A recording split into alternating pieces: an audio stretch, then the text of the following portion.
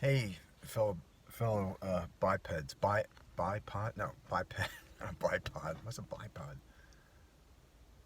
That's a tripod missing one leg. That's what a bipod is. Monopod, bipod, tripod. Anyway, photography. When you do photography for a living for 25 years, this stuff gets stuck in your head and it never goes away. Anyway, it's let me get to the heart of the matter here. It is July 29th, 2023. It is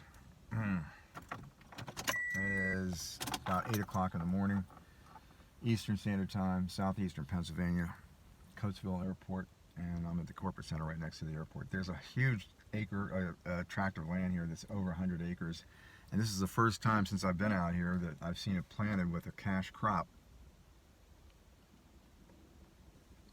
Price of food must be going up, so they figured it was a good business move to plant soybeans.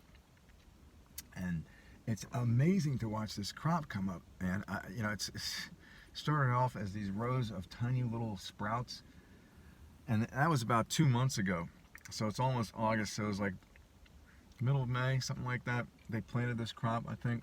I'm guessing, it's kind of a guess, but I can't believe what it looks like now.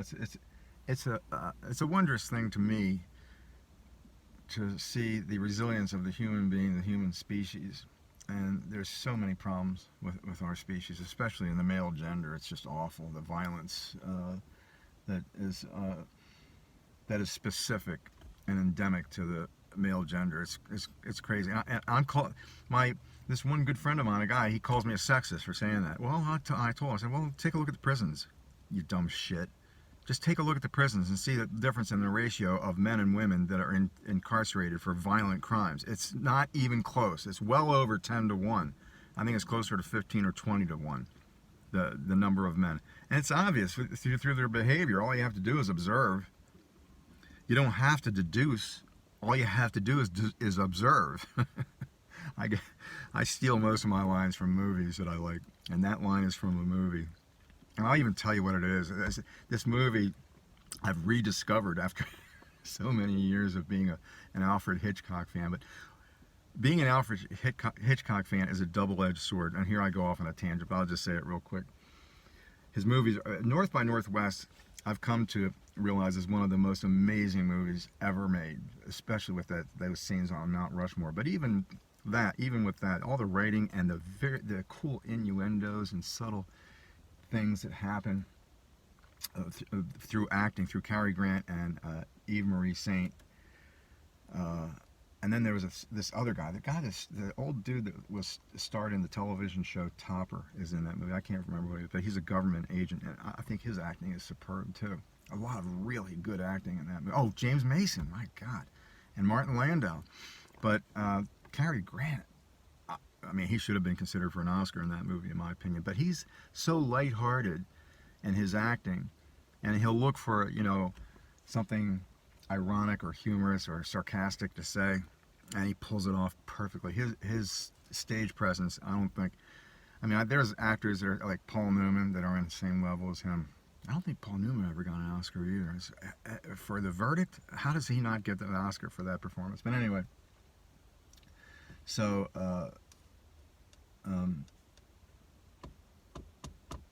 what was the line? Anyway, I get most of my lines from movies, and every once in a while I'm busted for it, and so I'll bust myself there. The North by Northwest with the layouts, the rear screen projection. He was the master of rear screen projection. It looks like computer graphics. CGI, computer graphics interface, but he didn't have any computers back then. The technology didn't exist, but he gets scenes that are a combination of rear screen projection and then in studio acting and props in the studio, and he combines the two, so it's you can't tell all the time when he does rear screen projection, because it's so good and so realistic. And in North by Northwest, if you watch that sequence of scenes on Mount Rushmore, you can't tell which ones are rear screen projection and which ones aren't for the background. There are some, definitely, Anyway, I've come to realize that's one of the best movies I've ever seen. Acting, writing is really good. The serendipitous way he gets involved in international intrigue and kind of like almost like terrorism in a way. But the acting is superb. The story, the writing is fantastic too. But those special effects that Alfred Hitchcock pulls off, they're second to none. And like he's more known for his horror genre, like The Birds, Frenzy, Psycho. I mean, those are apparently they punch you in the face with violence and terror. North by Northwest. Alfred Hitchcock was this master. Whenever you see a Hitchcock movie from that era, I don't know about The Birds and those movies, but he perfected this technique of having somebody fall from a great height to their death, and how to make that convincing, man. You see in Mount Rushmore when this guy falls off the cliff, and it's a top-down view, watching him go down into down into the depths of all this rocks and all this rocky terrain. You feel like you're going down with him. It's like, I have a fear of heights anyway, even though I'm a pilot. But anyway, here's the soybean crop. It's incredible. Look at that.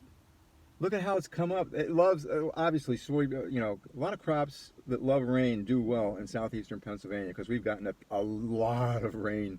And man, soybeans is more of a protein crop, whereas corn is more of a carbohydrate sugar crop, but they both love large, copious amounts of water. And they're out in the open here with, so where the sun factor is really good. I am so looking forward to when we get more and more solar panels up in our country so electricity is free. And it's going to be free with all the solar panels. I mean, you might have maintenance fees and stuff like that, but with the way solar electricity has become more efficient and more affordable and just better. Elon Musk says we can put up enough solar panels in this country to satisfy all of our electric needs, and he's right. Don't question Elon on a technical thing like that. If he makes a prediction, okay, you can question him on that. But when he assesses something and then makes a statement about the capability of that assessment, like solar panels, and that they can provide all of our electricity needs, all of them, it's just amazing, and it should just be done. Like, I don't understand why there isn't a political agenda to get that done so we can be completely carbon free. Hello? People are dying every year, suffocating because their lungs are damaged by, the contaminants and the pollutants in our air. And that would solve that problem. He's also going to save 40,000 lives a year when we get the robotaxi done and up and running, because bad drivers are going to be that'll be their only option. They won't be allowed to drive anymore. And frankly, you don't want to drive anymore because robotaxi, you won't need to own a car. Wow. Car has been like a drain on my wallet, since I was 17 years old, and then there's all kinds of things that go to that. So anyway, I just wanted to bring you up. Oh, this is so cool looking. Look at this. The sun is like poking through all the haze and the mist. We're gonna get thunderstorms later, but for now, that's quite a view, isn't it? I hope you can see that. I hope it's visible. That is that's 100 acres of soybean there, and look how good it's coming up, man. It's amazing. It's an amazing statement about the resilience of the human species, but we seem to be more self-destructive than self-supportive, It's amazing. Anyway, hope you guys are having a great day. I got to vacuum and steam the rug when I get back, and I got to wet mop, and I have to move too. Before the end of the year, I've got to move, so I'm looking, and it's a little unsettling, but at the same time, I want to get the hell out of this bunghole, dunghole that I live in. I can't stand the place. I completely despise where I'm living. And it's not that the apartment's an efficiency apartment. I don't mind that, but it's just a dirty, uh, insect infested place. Then they'll never fix it. They're not never going to change it. And people are happy living there. See, I don't get that. I don't understand like being complacent and just accepting your fate of.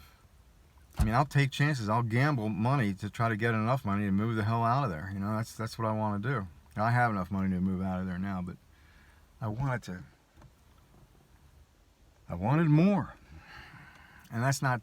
It's not saying that I'm being unreasonable. I'm not saying, oh, I want to be a billionaire. But in this day and age, if you're going to retire and be independent, you better have at least $1 million. And I need some good returns on my investments. And I think it's going to happen. I really do. Anyway, I hope it happens for you too. You peace out and have a great day, no matter what.